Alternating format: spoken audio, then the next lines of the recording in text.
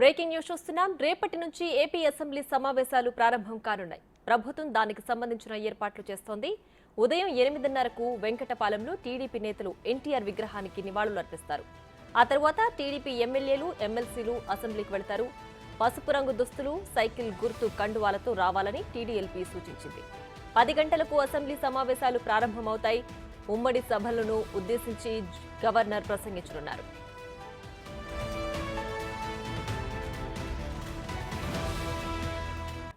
Governor speech తర్వాత speaker Ayyanna Patrudu BAC సమావేశం నిర్వహిస్తారు. సమావేశాల నిర్వహణపై బీఏసీ మీటింగ్లో నిర్ణయం తీసుకుంటారు. 5 రోజుల పాటు అసెంబ్లీ సమావేశాలు జరిగే అవకాశం ఉంది. మరో 3 నెలలకు ఓట్ ఆన్ అకౌంట్ బడ్జెట్ను ప్రభుత్వం ప్రవేశపెట్టే ఆలోచనలో ఉంది. అక్టోబర్లో పూర్తిస్థాయి బడ్జెట్ పెడతారని ప్రభుత్వ వర్గాల సమాచారం. ఇక ఈ సమావేశాల్లో 23న ల్యాండ్ టైటిలింగ్ యాక్ట్ రద్దు బిల్లును ప్రవేశపెడతారు. బిల్లును ప్రవేశపెట్టిన తర్వాత రాష్ట్రంలో శాంతి భద్రతలు, మద్యం, ఆర్థిక శాఖలపై వైట్ పేపర్ రిలీజ్ చేస్తారు.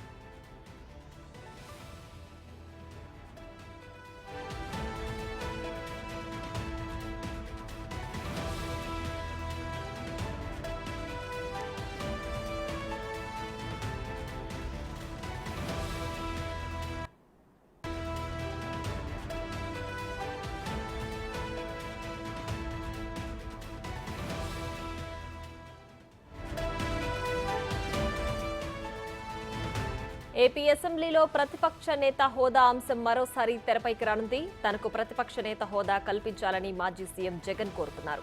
అయితే 11 సీట్లే వచ్చాయి కాబట్టి ప్రతిపక్ష హోదా ఇవ్వలేమని అధికార పక్షం చెబుతోంది. అంతేకాదు, ఇప్పటి వరకు అసెంబ్లీలో వైసీపీ ఎమ్మెల్యేలకు సీట్ల కేటాయింపు కూడా స్పీకర్ జరపలేదు. అటు ఈ సమావేశాలకు కూడా సీట్ల కేటాయింపు జరిగే అవకాశం లేదని అసెంబ్లీ వర్గాలు చెబుతున్న పరిస్థితి ఉంది.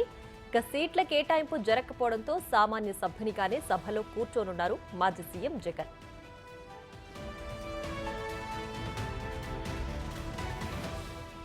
మరోవైపు ఈసారి అసెంబ్లీ సమావేశాలకు విజిటర్స్ పాస్లు కుదించేశారు. ఎమ్మెల్యేల వెంట భారీ ఎత్తున అనుచరులు వస్తుండటంతో పాస్లను నియంత్రించాలని స్పీకర్ అయ్యన్న పాత్రుడు నిర్ణయించారు. అటు సభ్యులు అడిగే ప్రశ్నలకు సమాధానాలు చెప్పేలా ప్రిపేర్ అయి ఉండాలని మంత్రులకు సీఎం చంద్రబాబు సూచించారు.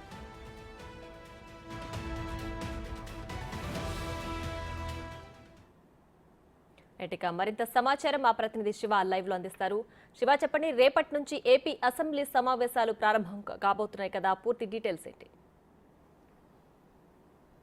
రైట్ ప్రియా, మొత్తం మీద చూసుకుంటే ఆంధ్రప్రదేశ్ శాసనసభ సమావేశాలు అంటే 16వ సెషన్లో 2వ సమావేశాలు రేపు జరగబోతున్నాయి. ఈ సమావేశాలకు సంబంధించి అధికార ప్రతిపక్ష పార్టీలు అసెంబ్లీ వేదికగా వార్ కొనసాగబోతోంది. ఇక ఈ అంశానికి సంబంధించి కూడా ప్రధానంగా గతంలో జరిగిన ఎన్నికలకు సంబంధించి ప్రతిపక్ష హోదాకు సంబంధించి ప్రధానంగా చర్చ కొనసాగుతూ ఉంది. తనకు ప్రతిపక్ష హోదా కేటాయించాలని చెప్పి జగన్మోహన్ రెడ్డి ఇప్పటికే గతంలో స్పీకర్గా రాశారు. అలాగే తాజాగా మరొకసారి ఈ అంశం కూడా తెర మీదకి వచ్చింది. ఎందుకంటే రేపటి నుంచి 5 రోజుల పాటు జరగబోతున్న అసెంబ్లీ సమావేశాల్లో ప్రతిపక్ష హోదా కేటాయించాలని చెప్పి కూడా జగన్ కోరుతున్నారు. మరొక వైపు ప్రతిపక్ష హోదాకి సంబంధించి ఏదైతే 175 అసెంబ్లీ స్థానాలు ఉన్నాయి కాబట్టి మినిమం 10% అంటే 18 అసెంబ్లీ స్థానాలు ఎవరైతే గెలుచుకుంటారో వారికి ప్రతిపక్ష హోదా వస్తుంది. ప్రస్తుతం వైఎస్ఆర్సీపీకి 11 స్థానాలే ఉన్నాయి కాబట్టి అసెంబ్లీలో ఆయనకు ప్రతిపక్ష హోదా వచ్చే అవకాశాలు లేవు. ఇదే అంశాన్ని కూడా స్పీకర్ కార్యాలయ వర్గాలు ఇప్పటికే స్పష్టం చేసిన పరిస్థితి.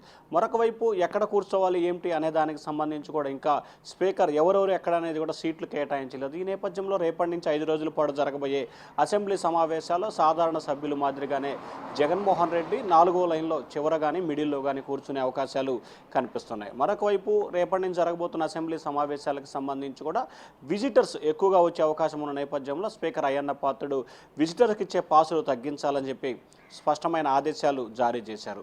అలాగే ఇప్పటికే అసెంబ్లీకి సంబంధించి జరగబోయే సభ్యులు అడిగే ప్రతి ప్రశ్నకి పూర్తి స్థాయిలో సవివరంగా సమాధానం చెప్పేందుకు సిద్ధం అవ్వాలని చెప్పి ముఖ్యమంత్రి చంద్రబాబు మంత్రులకి ఆదేశాలు జారీ చేశారు. ఇప్పటికే 7 శ్వేతపత్రాలు విడుదల చేయాలని చెప్పి భావించిన ప్రభుత్వం 4 శ్వేతపత్రాలని ముఖ్యమంత్రి విడుదల చేశారు. మరొక 3 శ్వేతపత్రాలు హోంశాఖ, ఆర్థిక శాఖ, మద్యం ఈ 3 శ్వేతపత్రాలకు సంబంధించి కూడా అసెంబ్లీ వేదికగానే ప్రకటించాలని చెప్పి కూడా ప్రభుత్వం నిర్ణయం తీసుకుంది. అలాగే ఈ నెల 23వ తేదీన ల్యాండ్ టైటిల్ యాక్ట్కి సంబంధించి కూడా అసెంబ్లీలో బిల్లు పెట్టి దాన్ని ఆమోదించాలని చెప్పి కూడా ప్రభుత్వం భావిస్తుంది. ఎందుకంటే ల్యాండ్ టైటిల్ యాక్ట్కి సంబంధించి ఇప్పటికే కేబినెట్లో అనుమతి పొంది ఇక్కడ అసెంబ్లీలో కూడా ఆమోదం పలిపి ఆ తర్వాత కేంద్రానికి పంపితే కేంద్రం నుంచి ఆమోదం వచ్చిన తర్వాత గవర్నర్ గెజిటెడ్ విడుదల చేస్తారు. సో ఈ నేపథ్యంలో ఇప్పటికే మొదటి 5 సంతకాల్లో ఈ సంతకం పెట్టారు కాబట్టి దీన్ని అసెంబ్లీలో ఆమోదించాల్సిన పరిస్థితి కనిపిస్తూ ఉంది. సో ఓవరాల్గా చూసుకుంటే రేపటి నుంచి 5 రోజుల పాటు అసెంబ్లీ సమావేశాలు జరగబోతున్నాయి. ఉదయం 8:30 సమయంలో అధికార పార్టీ శాసనసభ్యులు తుళ్లూరు మండలం వెంకటపాలెంలో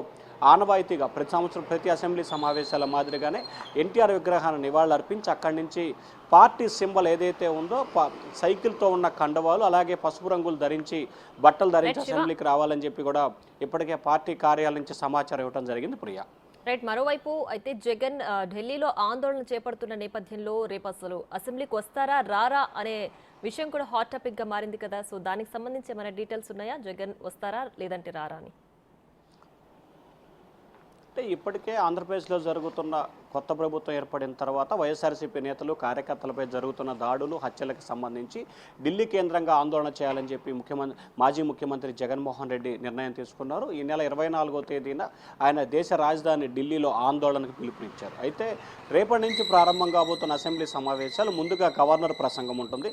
గవర్నర్ ప్రసంగానికి హాజరయ్యి ఆ తర్వాత ఏదైతే ఈ 45 రోజుల పాలనలో జరిగిన ప్రభుత్వ వ్యతిరేక విధానాలకు సంబంధించి అసెంబ్లీ సాక్షిగా గవర్నర్ ప్రసంగంలో నిలదీయాలని చెప్పి కూడా వైఎస్ఆర్సీపీ నేతలు అయితే నిర్ణయం తీసుకున్నారు. ఇప్పటివరకు మనకు అందుతున్న సమాచారం ప్రకారం ఆ పార్టీ నేతలు చెప్పిన దాని ప్రకారం రేపు అసెంబ్లీకి వచ్చే అవకాశాలు కనిపిస్తున్నాయి. ఎల్లుండి వీరంతా కూడా వైఎస్ఆర్సీపీకి సంబంధించిన ఎమ్మెల్యేలు, ఎమ్మెల్సీలు, ఎంపీలు, రాజ్యసభ సభ్యులు మరికొంతమంది ముఖ్యమైన నేతలు మంగళవారం ఉదయం అసెంబ్లీకి వచ్చి మధ్యాహ్నం నుంచి ఢిల్లీ వెళ్ళే అవకాశాలు కనిపిస్తున్నాయి. ఎందుకంటే బుధవారం ఢిల్లీలో ఆందోళన చేస్తున్న నేపథ్యంలో కూడా ఇప్పటికే ఆ పార్టీకి సంబంధించిన ముఖ్యమైన నేతలు ఢిల్లీ చేరుకొని రాష్ట్రపతి అలాగే హోంమంత్రి, ప్రధానమంత్రి ముగ్గురు అపాయింట్మెంట్లు కూడా కోరినట్లు కూడా తెలుస్తూ ఉంది. ఇంకా అక్కడి నుంచి అధికార సమాచారం అయితే వీరికి ఇంకా అంటే అపాయింట్మెంట్కి సంబంధించి కన్ఫర్మ్ కాలేదు. కానీ రేపు మాత్రం వైఎస్ఆర్సీపీకి సంబంధించిన నేతలు అసెంబ్లీకి వస్తారు. ఎల్లుండి వస్తారా లేదా అనే దానికి సంబంధించి మాత్రం క్లారిటీ లేదు. ఎందుకంటే ఎల్లుండి వీరంతా కూడా ఢిల్లీ వెళ్ళాలని చెప్పి నిర్ణయం తీసుకున్నారు కాబట్టి ఇంకా ఢిల్లీ వెళ్ళిన తర్వాత రేపు జరిగే పరిణామాలు అంటే ఏదైతే గవర్నర్కి ధన్యవాదాలు తెలిపే తీర్మాన సమయంలోనే వైఎస్ఆర్సీపీ ఆందోళన చేయాలని చెప్పి నిర్ణయం తీసుకుంది. ఈ ఆందోళన చేస్తున్న సమయంలో బాయ్కాట్ చేస్తారా లేకపోతే స్పీకర్ జోక్యం చేసుకొని సస్పెన్షన్కి గురి చేస్తారా అనే ఉత్కంఠ అయితే కొనసాగుతూ ఉంది. మరి వైఎస్ఆర్సీపీ నేతలైతే రేపు మాత్రం అసెంబ్లీకి వచ్చి తమ గళాన్ని ఎత్తాలని చెప్పి అయితే ప్రస్తుతానికి నిర్ణయం తీసుకున్నారు. రేపు జరగబోయే పరిణామాలను బట్టి కూడా ఎల్లుండి అసెంబ్లీకి రావాలా వద్దా, ఒకవేళ అసెంబ్లీకి వస్తే ఉదయం అసెంబ్లీ సెషన్లో పాల్గొని అక్కడి నుంచి నేరుగా ఢిల్లీ వెళ్ళాలని చెప్పి కూడా ఆ పార్టీ నేతలైతే నిర్ణయం తీసుకున్నట్టు తెలుస్తూ ఉంది. అలాగే సభలో సభ్యులు అడిగే ప్రతి ప్రశ్నలకు కూడా మంత్రులు సమాధానాలు ఇచ్చే విధంగా ప్రిపేర్ అయి ఉండాలని చెప్పి చంద్రబాబు ఆదేశించిన నేపథ్యంలో రేపు జరగబోయే అసెంబ్లీ సమావేశాలకు అన్ని విధాల సన్నద్ధంగా ఉన్నారని భావించాలా? అంటే 100%. ఎందుకంటే ఇప్పటికే రేపటి నుంచి 5 రోజుల పాటు జరగబోయే అసెంబ్లీ సమావేశాలు రేపు గవర్నర్ ప్రసంగం తర్వాత ఉభయ సభల నుంచి గవర్నర్ ప్రసంగిస్తారు. ఆ తర్వాత సభ వాయిదా పడుతుంది.